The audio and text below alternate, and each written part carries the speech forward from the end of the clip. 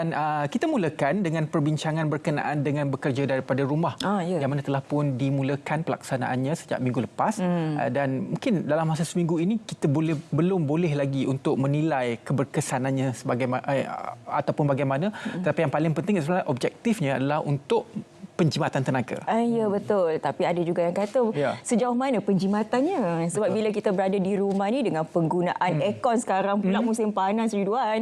Lepas tu nak kena cas handphone, cas laptop. Jadi itu yang akan kita bicarakan bersama dengan tetamu di studio. Saya kenalkan terlebih dahulu Profesor Madya Insinyur Dr. Ungku Anissa Ungku Amiruddin, Ketua Kumpulan Penyelidik Kecekapan Tenaga, Institut Kejuruteraan Kuasa Universiti Tenaga Nasional UNITEN. Assalamualaikum, selamat pagi. Assalamualaikum, selamat pagi. Kita boleh mulakan sedikit perbincangan kita berkenaan dengan pelaksanaannya seminggu. Mungkin kita belum boleh menilainya lagi kan? Ya, betul. Tapi apabila pelaksanaan ini diumumkan, apakah yang terlintas di fikiran doktor? Terutamanya apabila kita melihat objektifnya untuk penjimatan tenaga. Okey. So, saya rasa tujuan kerajaan lakukan ni sebab dengan keadaan sekarang yang harga minyak pun bertambah dan masa untuk kerja tu ambil masa. Jadi mungkin disebabkan itu banyak inisiatif perlu dilakukan untuk membantu mengurangkan kesesakan lalu lintas dan mengurangkan penggunaan kos kenderaan. Jadi inisiatif bekerja dari rumah ni dijalankan dan banyak inisiatif ni telah mula di sektor swasta dan sekarang dah bermula ke sektor awam kan. Jadi bila bekerja dari rumah ni kita lebih mudahlah di rumah, tak perlu ambil masa untuk pergi ke pejabat. Jadi duduk di rumah menjalankan kerja-kerja dari rumah. Tapi bila dekat rumah ni corak penggunaan kita pun akan berubahlah. Dulu kat rumah ni tak adalah hal-hal kerja waktu pagi, orang pergi ke pejabat, anak-anak ke sekolah. Jadi penggunaan elektrik di rumah berkurang. Sekarang ni corak dia akan berubahlah bila dah berada di rumah kan. Jadi inisiatif bekerja di rumah ni akan mengubah corak kehidupan banyak orang sekarang ni. Itulah macam saya katakan tadi bila kita duduk di rumah dengan keadaan cuaca sekarang ni, kalau pagi tengah hari tu memang panas, dia panas lik-lik, petang sampai malam baru hujan kan. Tapi itulah bila panas tu memang kita tak ada pilihan lain, memang kena buka aircon juga. Jadi dengan penggunaan penghawa dingin ini bagaimana pula dari segi penggunaan, dari segi bilnya, lepas tu macam mana cara penggunaan yang terbaik ini? Okey. Sekarang ni bila dekat rumah bekerja dari rumah, kita tak boleh larilah menggunakan segala peralatan elektrik kat rumah kan. Komputernya dengan laptop on. Lepas tu dengan cuaca panas seperti Syafiqah kata tadi, memang aircon tu memang kita rasa senangnya kalau kita pasang aircon kan. Jadi penggunaan aircon tu memang rasanya susah untuk kita elakkan sekarang ni. Dan kita kena fikir cara penggunaan kita. Kadang-kadang kita tak sedar kita pasang aircon tu terus set suhu rendah. 16. Kita rasa kalau suhu rendah tu bilik cepat sejuk kan. Tapi sebenarnya keupayaan untuk menyejukkan bilik tu bergantung kepada saiz aircon yang kita ada di rumah tu. Jadi kadang-kadang kalau suhu sejuk pun kalau kemampuan aircon tu tak boleh nak cepat sangat menyejukkan bilik. Jadi kita kena tengok juga bila kita pasang aircon terlampau sejuk, penggunaan elektrik tu akan bertambah. Jadi bila kita tengok kajian daripada pihak yang mengeluarkan aircon ni dan kajian daripada yang dijalankan, suhu yang optimum sebenarnya adalah 24 hingga 26 darjah Celsius. 24? 24 hingga 26 darjah Celsius. Sebabnya itu pada penggunaan yang pada suhu sebegitu, penggunaan elektrik tu kita dapat kurangkan. Sebenarnya kalau kita kurangkan 1 darjah kurang daripada 24 tu, penggunaan elektrik kita bertambah 6 hingga 10%. Jadi lagi you turunkan 24, turun lagi 23, 22, lagi banyak penggunaan elektrik tu sebenarnya. Jadi walaupun kita rasa nak sejuk, tapi sebenarnya secara tak langsung bil elektrik kita nanti akan bertambah. Jadi seeloknya 24 hingga 26 adalah suhu yang sesuai. Tapi nak elakkan daripada panas tu, kita pastikanlah semua tutup. Tingkap kita tutup, pintu bilik tutup. Jadi kita kurangkan angin sejuk tu keluar. So kita maintain 24 hingga 26 darjah Celsius. Dan kalau ada kipas, sebenarnya kita boleh juga pasang kipas tu untuk slow untuk bagi angin tu ada pergerakan. Jadi suhu diturunkan oleh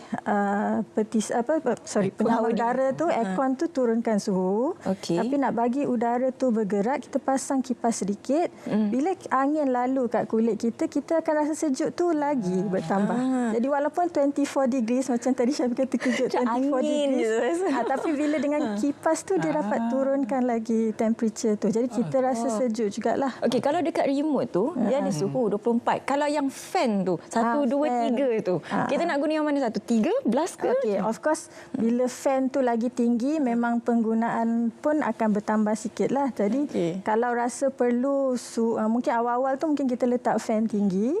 Lepas tu bila dah rasa temperature tu okey, dah nyaman sikit, mungkin turunkan sikit ke medium ke. Tapi kita setkan temperature itulah yang lebih memainkan peranan dalam penggunaan elektrik itulah. 24 hingga 26. Di satu sudut yang lain, ada juga yang mengatakan lagi banyak barang dalam rumah lagi susah untuk sejuk. Contohnya lagi ramai orang akan lagi susah lagi sejuk kan.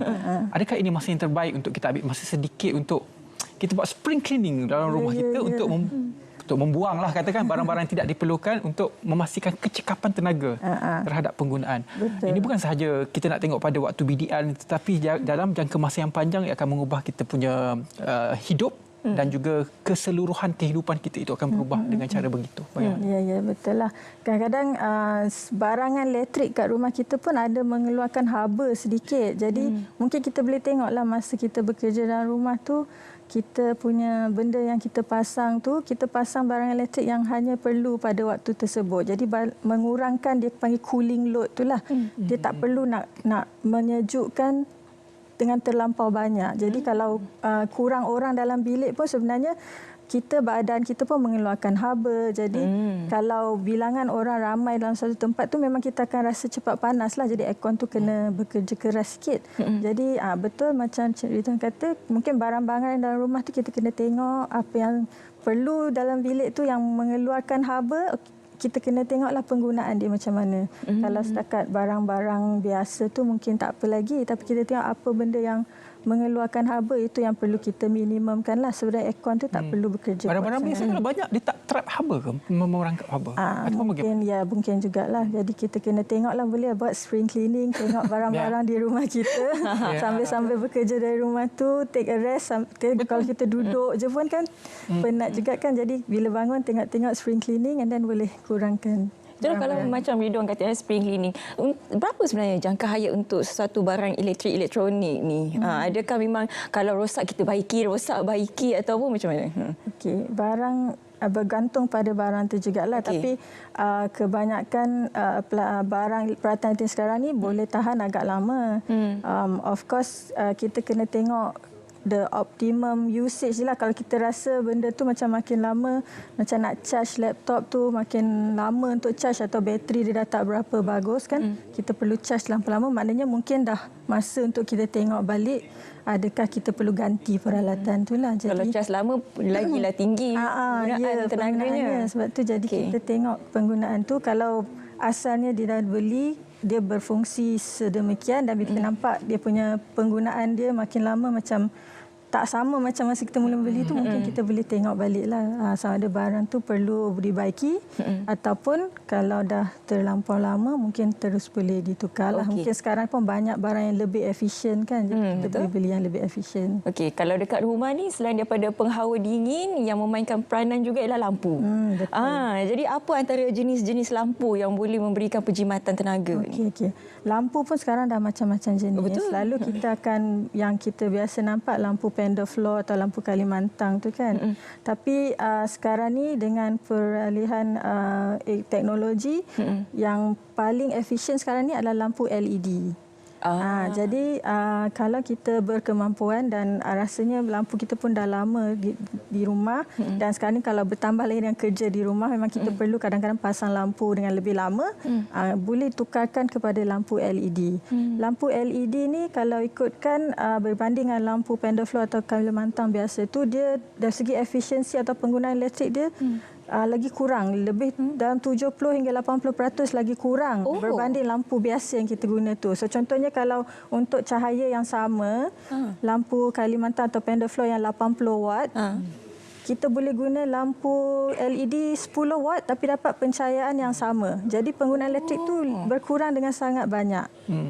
Jadi LED ni memang kalau di kedai mungkin mahal sikit, tapi in the long run dalam jangka masa panjang penjimatan elektrik tu kita dapat boleh ganti balik pembayaran yang kita guna awal tu. Betul? Jadi lampu LED lah sekarang ni. Dan dari segi yang macam kita kata tadi, pengeluaran haba, lampu Pendafloor atau lampu Kalimantan tu dia mengeluarkan lebih banyak haba.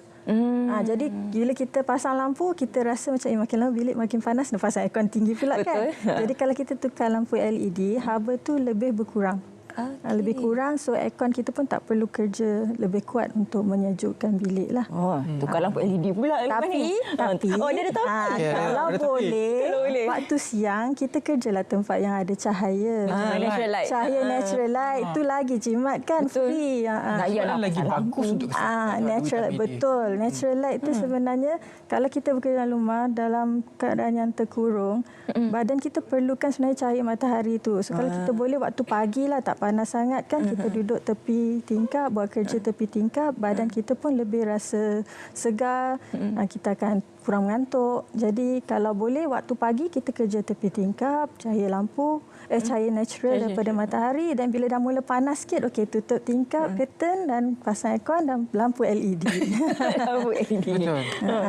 Tapi kalau saya siang, saya masih bagi keutamaan saya adalah natural light. Saya masih gelap. Tak boleh. Pasal lampu. Waktu siang saya rasa macam ini keperluan untuk saya lah kan. Okey, kalau kita tengok dari segi sudut yang berbeza pula, penjimatan ini dia lebih, bukan sahaja lebih kepada tenaga yang boleh kita lihat, tetapi dari aspek masa juga kita boleh jimat. Dari aspek kostum juga kita boleh jimat kan. Bagaimana boleh perkara-perkara ini boleh ditranslate kepada mungkin penjimatan tenaga dan kita menggunakan bajet ini untuk kita upgrade apa yang ada dekat rumah.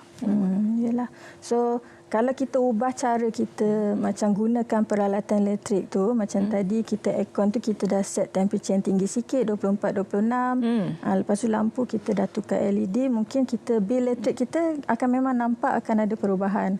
So dan kelebihan duit tu mungkin sekarang kita start di satu bilik tukar peralatan tu kepada yang lebih efisien, dan kemudian lebihan tu kita boleh salurkan kepada penggunaan lain. Slowly kita tukar semua peralatan rumah kita kepada yang lebih efisien, dan insyaAllah in the masa jangka panjang total bil elektrik rumah kita pun akan dapat dikurangkan lah. Sentuh pasal bil ni, mungkin ada yang masih lagi tidak tahu ada skim masa pengguna. Mungkin doktor boleh terangkan mengenai skim ini. Okey, skim masa pengguna atau time of use ni diperkenalkan oleh TNB rasanya dalam setahun, tak kurang setahun, Julai tahun lepas kan. Jadi skim time of use ni dulu untuk kilang-kilang dan pengguna elektrik yang banyak memang dah diada. Sekarang ni diperkenalkan kepada domestic customers atau pihak kita macam orang biasa di rumah. Jadi time of use ni maknanya selain daripada dulu harga elektrik kita sama je sepanjang hari dari pagi sampai malam, harga dia flat. Tapi sekarang ni dia ikut masa. So waktu puncak bil elektrik tu mahal sedikit, tapi waktu luar puncak dia lebih murah. Macam kita beli tiket kapal terbang lah kan, musim cuti sekolah macam alamak harga mahal lagi sebab ramai orang berebut nak gunakan perkhidmatan tu. Jadi elektrik pun waktu puncak ramai orang menggunakan elektrik, jadi harga dia lebih mahal berbanding luar puncak.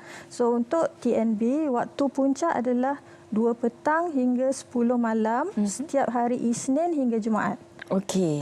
Waktu luar puncak adalah sebelum 2 petang dan selepas 10 malam pada hari Isnin hingga Jumaat, dan Sabtu Ahad adalah memang luar puncak, the whole day, 24 jam.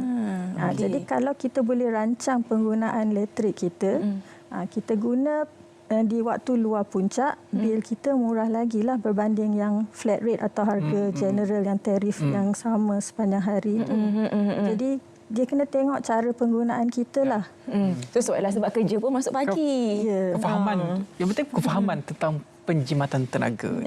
Dan kita ambil peluang BDR ini untuk kita mengamalkan dan juga memahami dengan lebih dalam tentang penjimatan tenaga ni. Ya, betul. Dan jangan lupa menggunakan time of use ataupun kadar masa kepenggunaan itu tadi. Jadi gunalah peralatan anda sewaktu di luar puncak, masa puncak. Iaitu daripada waktu pagi sehingga jam 2 petang. Okey. Baik, terima kasih kita ucapkan kepada tetamu kita di studio, Profesor Madya Insinyur Dr. Ungku Anissa Ungku Amiruddin, Ketua Kumpulan Penyelidik Kecakapan Tenaga, Institut Kejuruteraan Kuasa Universiti Tenaga Nasional. Terima kasih, Doktor. Okey, selepas ini kita akan bawakan kepada anda semua seleksi pagi. Kali ini kita akan ke zon tengah pula. Tetapi sebelum itu kita berehat seketika. Okey.